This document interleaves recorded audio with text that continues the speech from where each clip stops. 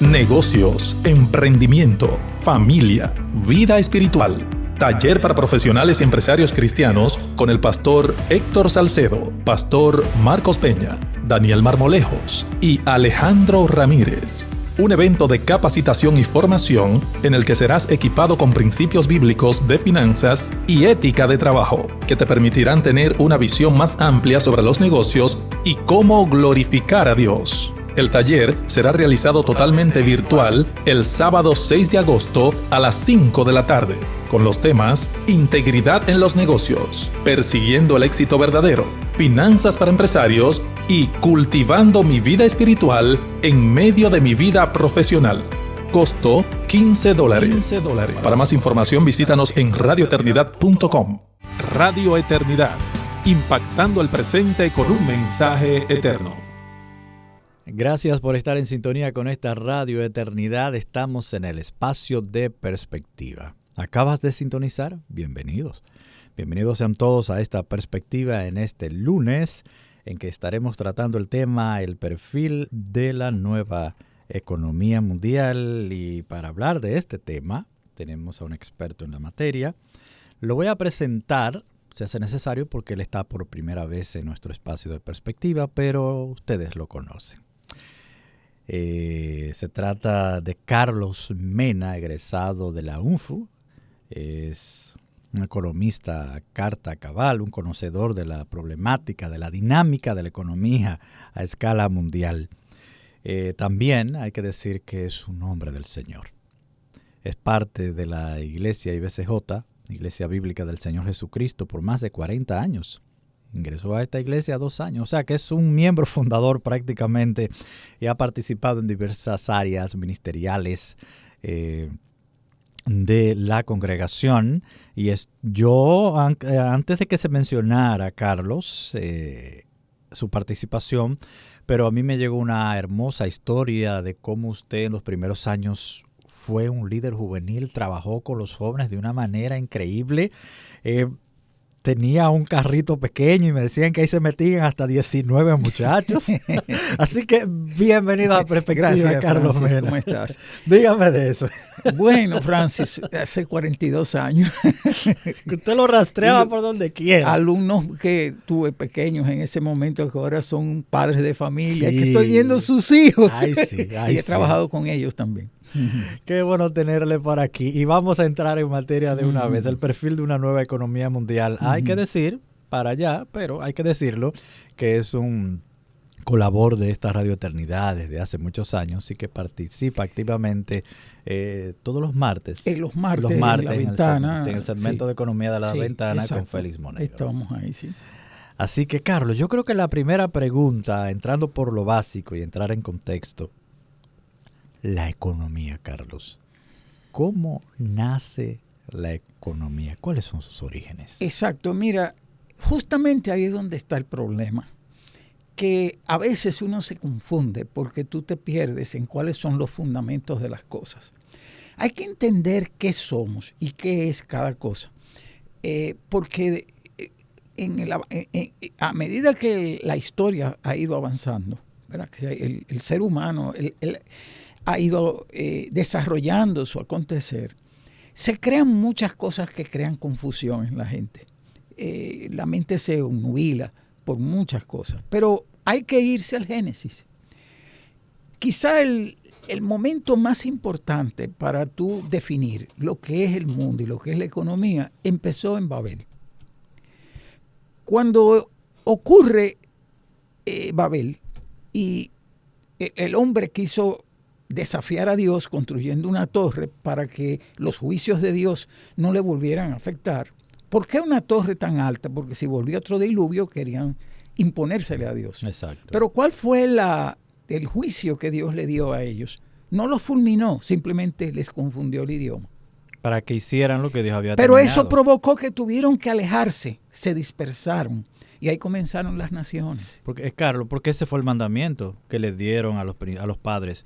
Reproduzcanse y llenen toda la tierra. La idea Ellos no que llenes la tierra, o sea, la idea desde el principio era que si surgieran pueblos, naciones. La voluntad de Dios con el hombre siempre ha sido esa. Y a través de la historia eso es lo que se ha visto. Las naciones siempre han de ser. Pero ¿qué es lo que realmente es importante? Número uno, ¿para qué fue el mandato cultural? Para producir la riqueza. Sí. Lo primero es primero los medios de cómo producirla. Segundo, la riqueza. Y luego algo muy importante, que es cómo tú la distribuyes. Porque oye, ¿qué ocurre? De que tú no puedes pretender que tú vas a poder producir todo lo que son tus necesidades. Eso es imposible. Puede ser que tú tengas un conuco, como le decimos aquí, y tú tienes 2 o 3 cositas, pero te va a hacer falta otras. Así que la riqueza tiene que distribuirse. Para que se pueda distribuir, tiene que haber algo que permita que eso se pueda lograr. Porque si tú quieres decir cuánto vale... Tú quieres cambiar 2 pollos por ¿cuántos plátanos? Exacto. Es muy difícil, pero si tú tienes algo que mida el valor de todas las cosas, pues eso ayudaría. Y para que haya comercio, como decías al principio, tú debes tener algo que yo necesito y yo algo que necesita y que tú no tienes. Y eso pasa ahora mismo con los países, no todos producen todo lo que necesitan. Exacto, y hay algo que entonces surgió desde siempre que se llamó el dinero. El dinero. En diferentes formas, claro, pero ya apareció. Ha cambiado mucho, ha sido de muchas formas, pero el dinero es interesante porque en un principio el dinero tenía un valor en sí mismo, porque era algo que la gente podía relacionar con un valor, lo que se llama un depositario de valor, sea oro, plata, etcétera. Pero llegó un momento que el dinero así, de esa manera, resultaba muy incómodo, porque si tú ibas a hacer una compra, tener que andar con unas botijas así de monedas, resultaba muy incómodo. Sí. O si también hacía el intercambio de que una oveja por 3 gallinas, usted con su oveja al hombre, en aquellos tiempos arcaicos. Entonces, por eso surgió muy rápido mecanismos que eran en base a un vale, a un papel, ¿verdad? El vale. El vale de que, bueno, yo te dejé todo este oro, tú me das un comprobante, y la gente empezó a intercambiar los comprobantes. Tipo compra-venta. Claro, en vez de mover el oro, movían el papel. De ahí vino después el papel moneda. Bien. Pero también el papel moneda comenzó con un depositario de valor. Acuérdate, esto es un vale, pero de un oro que yo tengo guardado. Esos son los génesis de los bancos actuales. Sí, claro que sí. Entonces, hay algo que es bien interesante. Y esto, por favor, es lo que yo quiero que empiecen a pensar los oyentes y televidentes, porque también es la radio claro que se sí. ve. Esto va para YouTube luego. Sí, correcto. Hay algo que tienes que tener bien claro. El dinero surgió como un instrumento de cambio y como un instrumento de depósito de valor. Es decir, si yo trabajé durante cierto tiempo, un mes, esa cantidad de dinero que yo recibí tiene un valor fijo, sólido, ¿verdad? Palpable, pero yo no tengo que consumir todo mi dinero de golpe, sino que lo puedo ir gastando poco a poco. Así que la riqueza queda representada en el dinero. ¿Por qué? Bueno, porque el dinero es el que me permite comprar después lo que yo necesite. Fíjate la ventaja, porque si fuera pollo, gallina, etcétera, sí, esas cosas se dañan, pero el dinero se supone que tiene una mayor durabilidad. Claro. El papel moneda, las monedas permitían que esa riqueza quedara guardada. Y eso representa también el nivel de solvencia que tiene una persona. Ahora, oye una cosa, en ningún momento cuando surgió el dinero se pensaba que la gente lo iba a empezar a atesorar. Quererlo retener. Guardarlo. Guardarlo hasta llegar a un extremo de ser un gran acumulador del dinero. Eso no se suponía que era para eso, pero hay que decir esto. Un economista tiene que estar en lo suyo. El economista no se puede desviar o arrastrar hacia otras cosas, como por ejemplo la política. ¿Y por qué no debe hacerlo? Porque a la larga nos toca a nosotros ver las consecuencias de las decisiones que se toman. En el 1972, el presidente Richard Nixon, en ese entonces, eliminó lo que se llamó el patrón oro. Porque hasta ese momento las monedas estaban respaldadas por verdadera riqueza en metales. Hablamos de oro. Sí. Por lo tanto, el dólar estaba atado a un valor en oro en un lugar físico. Era un vale que representaba una garantía de riqueza. Ese patrón se eliminó. Y entonces, ¿qué vino a hacer? Que el dinero no valía nada. No dejó de valer. Valía por sí mismo, por la aceptación que el público le diese. A partir de ese momento, las emisiones monetarias comenzaron a ser discrecionales, de acuerdo a lo que los bancos centrales quisieran hacer. Entonces ahí viene el problema, que la moneda, el dinero, sí es cierto que da impulso a la economía, sin duda. Pero es un impulso como que echarle gasolina para prender una fogata. Sí, prende, pero lo que se está quemando es el combustible, Exacto. no es la madera. Es ahí el problema. El dinero tiene una función dentro de la economía. La política monetaria tiene su razón de ser. Pero el problema radica en que el dinero llega a un momento en que ya no puede hacer más que impulsar. La economía se mueve en términos de lo real. Lo que hay debajo es la riqueza. Entonces, las monedas le caen atrás a la riqueza. Pero si tú metes más moneda de la cuenta, sin haber una riqueza, algo va a pasar. Y ahí es que empieza el problema de la economía actual. Entender que es un problema de la moneda. La crisis está en las monedas, especialmente el dólar. Y veremos que eso tiene sus consecuencias. Carlos, hablando de todo esto de la economía, vemos que hay ciertas cosas que han ido cambiando. Sí. Nuevas formas de comercio, nuevos bloques económicos. Sí. Se habla ya de una nueva economía con perfiles un tanto diferentes. Y muchos lo achacan al proceso de pandemia que acabamos de vivir. ¿Qué tiene eso que ver? Mira, la pandemia tiene algo que a mí siempre me ha inquietado. Y es que como que ha resultado tan favorable para que ciertas cosas pasaran que uno llega a pensar, caramba, pero... Fue a propósito. Caramba, yo no quiero decir eso porque yo no tengo ninguna base. No, claro. Ni me atrevo a hacerlo. Pero sí puedo decirte que desde el punto de vista económico... Fue beneficiosa. Yo pienso que la pandemia fue beneficiosa, curiosamente. Tuvo factores muy importantes que ocurrieron que en estos momentos ha marcado un antes y un después. Y yo veo más aspectos positivos que negativos. Interesante. Te voy a dar un dato, lo corta que fue. Una recesión que duró meses. Llegó y se fue de una forma muy rápida. Eso es lo que me llama la atención. Que no llegó a lesionar lo que es el ordenamiento económico que había. Veremos que había una situación difícil en ese momento, en el 2019 y principios del 2020, de la cual quisiera hablarte después. Pero la clave para entender el momento actual es que la pandemia generó bajó y subió en un tiempo muy corto. Y eso sí tuvo un impacto en la sociedad y en la economía que hoy por hoy hay que tomarlo muy en cuenta para entender la situación. Algo interesante de la pandemia y que nosotros pudimos ver, porque a diario, es que ella forzó a crear nuevas formas de obtener ingresos. Sí. Ciertamente hubieron ciertos modelos de negocios que cayeron, pero otros se levantaron. La creatividad hacia la economía evolucionó. Sí, es que mira, fíjate, ahí vuelvo a la idea de lo que es ser economista y no político.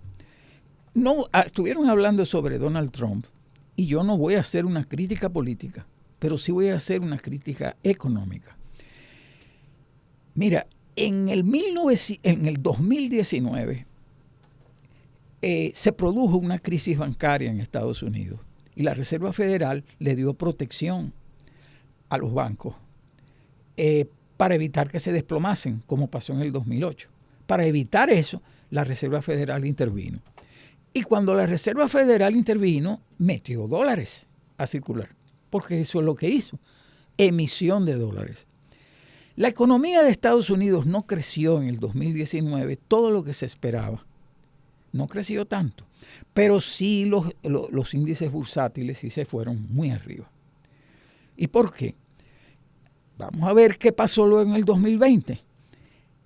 El dólar creció un 22% en un año. Lo que había sido el dólar hasta el 2019, al pasar al 2020 subió un 22%. Eso fue una emisión monetaria extraordinaria, sin haber habido un crecimiento realmente significativo. ¿Qué provocó eso? Que todo ese dinero barato, ese dinero que no tenía una riqueza abajo, ¿a dónde fue a parar? Al mercado de valores. Por eso los índices bursátiles subieron, porque ese dinero tenía que ir a algún lado y engrosó todo lo que se llama el mercado de valores, paralelo al mercado del dinero. Estamos hablando bonos y todo esto. Cuando viene la pandemia, ¿qué hicieron los gobiernos? Endeudarse. Sí. Todos se endeudaron. Pero ¿de dónde salió el dinero de ese endeudamiento? De ese dinero que se emitió. No fue de riqueza, sino fue producto de un dinero generado por decisiones de política económica del gobierno de Trump.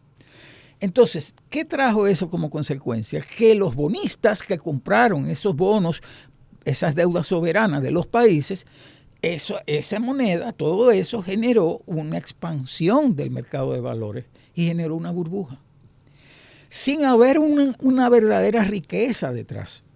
Simplemente un fenómeno de especulación.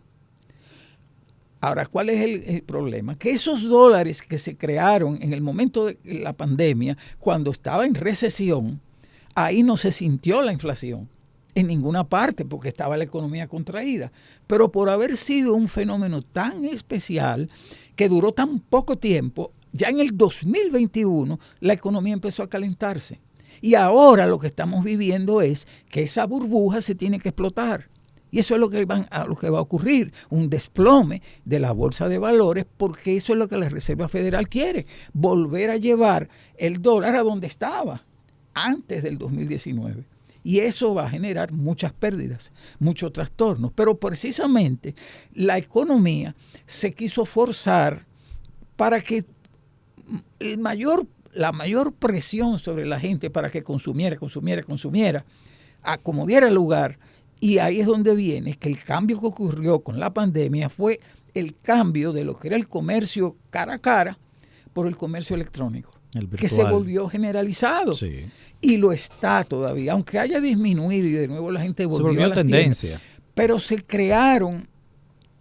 establecieron mecanismos como el SWIFT y todo esto, porque lo que se hizo fue que se estableció que toda la economía en el mundo entero, todos los mercados se unificaran para poder masificarlos, para sostener la rentabilidad. Okay. A base de venta. Pero eso se va a reventar. Pero yo creo que usted nos explica a nosotros, porque el SWIFT es un término que los economistas dominan muy bien. Y no sé si podríamos llamar el antagonista del SWIFT, que es el BRIF.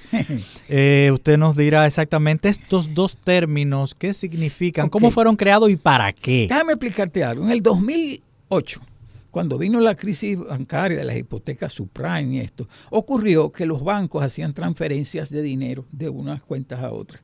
Eran movimientos de moneda, de dinero, ¿verdad? Y luego pasó que empezaron a quebrar bancos y luego los bancos entraron en temor de soltar su dinero porque se iban a quedar sin liquidez. Y eso paralizó el sistema financiero a nivel mundial. Eso creó una huella mala, desagradable.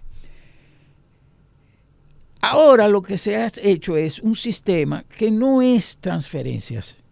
Es que cada banco tiene depósitos de los otros bancos en cada uno de ellos, en el esquema. Okay. Y lo que hacen es órdenes de sacar y de mover dentro de las cuentas que tienen cada banco con respecto a los otros bancos. Es interesante, escúcheme, es interesante esto que usted está diciendo, este concepto. O sea, que se entienda. Cada banco ahorra en otro banco. Claro, un capital, y de ahí págamele a fulano es tu dinero que yo voy a tomar. Claro. Por el problema que hubo de lo que pasó en la pandemia, que para no descapitalizarse, exacto. No, tú quieres que trabajemos tus transacciones, mándame tanta cantidad de millones y yo de tu dinero es que le voy a pasar a tus clientes. Qué interesante. Y funcionó. Sí. Ahora, te voy a decir algo, Francis. El sistema es un hijo de la pandemia. el mecanismo que ha unificado el comercio, ese mecanismo es fruto de la pandemia. Entonces, ¿fue positiva la pandemia para la economía? Pero claro, aunque mucha gente piensa que no. Es que la pandemia provocó, entiende algo, una empresa que produce y tiene que arriesgarse a un inventario muerto, está muerta. Si tú tienes una tienda y compras una mercancía y se pierde valor, se desactualiza, tú quebraste. Aunque tengas ese activo, no te sirve. El riesgo es la variable más importante dentro de una estructura financiera y el riesgo era demasiado alto. ¿Qué es lo que se ha logrado? Que las empresas se puedan programar, planificar. Gracias a lo que ha sido el comercio electrónico, y eso se ha criticado mucho, pero es una realidad. Nosotros estamos metidos en las redes, en el sistema internacional que tiene que ver con el comercio electrónico, pero cosas como Google, como todo lo que es las redes sociales, los Facebook y eso, nos conocen mejor que lo que nos conocemos nosotros mismos. Y saben qué es lo que vamos a comprar, hasta el color de la camisa que queremos. Nuestras preferencias nos estudian bien ya. Exacto. Entonces, ¿qué es lo que se quiere? Masificar las ventas y evitando el menor desperdicio posible, la obsolescencia posible y hacerlo rápido. Por eso fue que nos trancaron. Sí. Entonces, para que quisiéramos consumir. La gente compraba durante la pandemia por Amazon la compra del supermercado. Y los mismos supermercados comenzaron a tener aplicaciones para que usted mandara a buscar. Pero es que ahora mismo, aunque ya la pandemia pasó, y se quedó. Es que se quedó. Es que son cosas que... Déjame decirte algo, el crecimiento de cosas como Zoom, como todo lo que ha sido el sistema completo, ¿verdad? Sí. Ha generado, ahora te voy a decir algo y aquí quiero que los oyentes estén bien claros. Lo más importante que hay que entender ahora es que esa burbuja que se creó, producto de esa cantidad de dólares que se crearon, ese 22%, eso tiene que explotarse. Pero cuando eso se explote, viene hacia abajo otra vez los precios. Sí. Y cuando eso pase, para volver otra vez a tener el volumen de riqueza necesario para estabilizar la economía en su potencial, ¿sabe qué es lo que tiene que haber?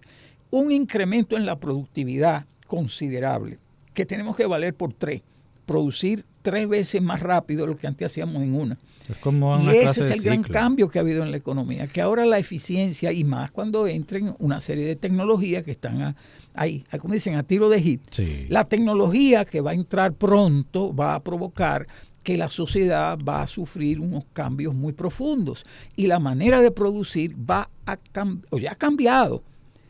La identidad desde el punto de vista social cambiará. Ya tú no eres un empleado, estás en una cadena de valor. O sea, tu identidad cambia porque ya tú tienes otras relaciones con los demás y tus recursos, tú como recurso, estás en unas cadenas de valor. ¿Qué es lo que se ha hecho? La integración de la economía, pero de una manera electrónica. Eso fue fruto de la pandemia. No hay dudas que mucha gente piensa que los diferentes conflictos bélicos son más cosa de economía que de otra cosa. Desde luego. Y claro, sabemos, y la historia está ahí para apoyarnos, que ese tipo de situaciones forzan muchas veces a un reordenamiento geopolítico. Claro que sí. Entonces, esto también afecta la economía, sin lugar a dudas, pero estos cambios... ¿se dan de manera natural o son forzados con algún propósito oculto? Mira, en economía se ha demostrado que nada que sea forzado dura, se cae, tarde o temprano se cae. Es que eso es así. Lo que tú puedes en economía es aprovechar tendencias o generar algunos efectos que te produzcan cierto impulso hacia ciertas cosas que pudieran cambiar, pero no tienen mucha duración. O sea, si tú tratas de que, por ejemplo, tú puedes usar la moneda como un instrumento de estímulo a la economía y en parte puede funcionar, pero llega un momento que termina haciendo daño. Si lanza mucho dinero inorgánico, el al daño principio viene. puede ser que funcione, pero llega un momento que no. Ya eso es un force. Claro, entonces, por lo general, la economía siempre va hacia lo natural, es decir, termina siendo siempre prevaleciendo los fundamentos. Lo que yo sí puedo decirte es una cosa. Confiar en el dinero es la trampa más grande, porque el dinero no tiene ningún valor. Lo que tiene valor es la riqueza que se supone que ese dinero representa. Exacto. Pero si el dinero es más, la moneda es más que la riqueza que hay, representa. Ahí viene la inflación, que es la que estamos viviendo. Pero la inflación es una fiebre, es solamente una fiebre. Esa dura un tiempo y después que esa fiebre, esa infección que se llama el excesivo de cantidad de dinero, cuando se producen las pérdidas que se tienen que producir para que esa burbuja explote, ahí es que yo quiero que estemos sensibles, que entonces hay que fajarse a trabajar, hay que generar riqueza de verdad. Y esa riqueza, aquí es que viene el punto importante. Ningún país, como tú muy bien decías, por sí solo puede producir todo lo que necesita. Y si pudiera hacer tal cosa, nunca lo va a lograr con la misma eficiencia. Así que el comercio es la solución. Pero hay un problema. ¿Cuál? Las rutas marítimas para mover la riqueza del mundo son como avenidas y esas son rutas establecidas ya. Y acuérdate que estamos hablando de furgones que vienen y van. Hay dos enormes bloques comerciales en este momento en el mundo y lo sabemos. Por un lado está lo que llaman Occidente, que abarca Estados Unidos, Europa, y es lo que se manejó a través del SWIFT, el SWIFT, ¿verdad? Sí. ¿Por qué? Bueno, porque se unificó todo para que fuera un solo sistema. Todas las monedas que forman parte de ese esquema tienen una rápida convertibilidad, se convierten unas a otras de una forma muy rápida. Eso evita que haya demasiada especulación, porque cada una, o sea, tú puedes especular, pero es muy poco el margen. Eso ayudó a normalizar las cosas. Pero tú dirás, pero ¿y por qué entonces? ¿Y el otro bloque? Sí, porque resulta que está Asia. Por un lado está Rusia, está... El gigante asiático que está en crecimiento constante. Y dijeron, bueno, pero ven acá, este esquema está basado en el dólar. Pero ¿y qué con nosotros que no queremos estar amarrados al dólar? ¿Por qué está la guerra entre Rusia y Ucrania? ¿A qué se debe esa guerra? ¿Cuál es el origen de esa guerra? Eso es un problema económico, es un problema de comercio internacional, del flujo. Rusia está encasillada en un lugar en el mundo en que no tiene salida al mar. Hablamos en términos marítimos. Sí. La costa este de Rusia hacia el norte del Pacífico es nula. No hay nada. El comercio de Rusia tiene que salir por el Mar Negro necesariamente, porque por el Báltico siempre eso está congelado la mayor parte del año. El gran comercio hacia Europa y hacia el mismo Estados Unidos es el Mar Negro, que conecta pasando por el estrecho, ¿verdad?, del Mar Negro al Mar Mediterráneo, con la intervención de Turquía. ¿Verdad? Entonces, hay otro bloque que se ha ido gestando. ¿Por qué? Porque el comercio que viene de Asia... Ese es el brief. Sí. Es que son esos dos bloques. Ahora, ¿cuál es el problema que tenemos ahora? ¿Chocan entre ellos? Claro, pero oye, ¿por qué no pudieron lograr acuerdos? Recuerda que Donald Trump reversó todo lo que se llamaban bloques económicos, acuerdos de comercio, todo eso. Donald Trump lo echó para atrás. Y por lo tanto, se produjo una atomización del comercio. O sea, él quiso que negociar con cada país aparte. No voy a juzgar si eso estuvo bien o estuvo mal, pero lo cierto es que con el surgimiento del gobierno de Joe Biden, se reversó eso. Y volvió otra vez a ver el fenómeno del bloque de nuevo, especialmente cosas como la OTAN. Entonces, ¿cuál ha sido el inconveniente? Que el Occidente estaba tratando de atrapar todo el flujo de la riqueza, todo lo que era el comercio, apoderarse del comercio, porque tenían el control del mar Mediterráneo, que era el que era clave, es el que controla Europa. ¿Qué pasa? Que para eso necesitaban los militares, la OTAN, porque era la parte de la fuerza, y eso afectó a Rusia. Sí. Entonces, ¿por qué Rusia tuvo que hacer eso? ¿Por qué tuvieron Putin que tomar esa decisión de invadir Ucrania? No era simplemente por el territorio físico. No, hombre, era por tener acceso al mar, al Mar Negro, poder por ahí sacar su producción. ¿Te das cuenta? Entonces no pudieron ponerse de acuerdo porque prefirieron jugársela. Bueno, vamos a caernos a tiro. Aquí es a tiro limpio que vamos a resolver esto. Y que fueron apoyados por Occidente también. Pero recuerda una cosa, Francis. Hablando de los Ucrania. Dos bloques de los dos lados, los dos se están desgastando. Porque hay inflación en Rusia, a pesar de que el rublo está muy bien. Pero sin embargo, hay inflación. Y también la hay en Occidente. En Estados Unidos económicamente también tiene sus Tiene problemas. su problema porque hay demasiados dólares en el medio. Esos dólares tienen que morirse, tienen que desaparecer. ¿Tienen algo de inorgánico esos dólares? ¿O no? Totalmente, eso no tiene ningún valor, pero caramba. Está creando una burbuja especulativa. Una burbuja, exacto. Entonces es el pleito que hay, una riqueza que no existe y quieren pelearse por la que es de verdad, la que debe de venir. La verdad, Carlos, aquí estamos aprendiendo muchísimo. Yo sé que nuestros oyentes, si acabas de sintonizar Radio Eternidad, esto es Perspectiva y estamos hablando del nuevo perfil de la economía mundial.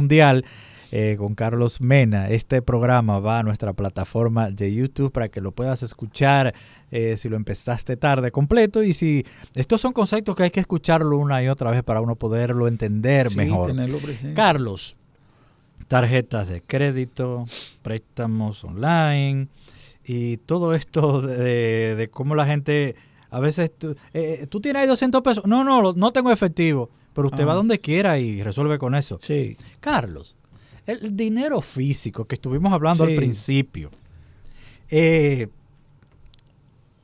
está condenado a desaparecer en su forma, y si lo hace,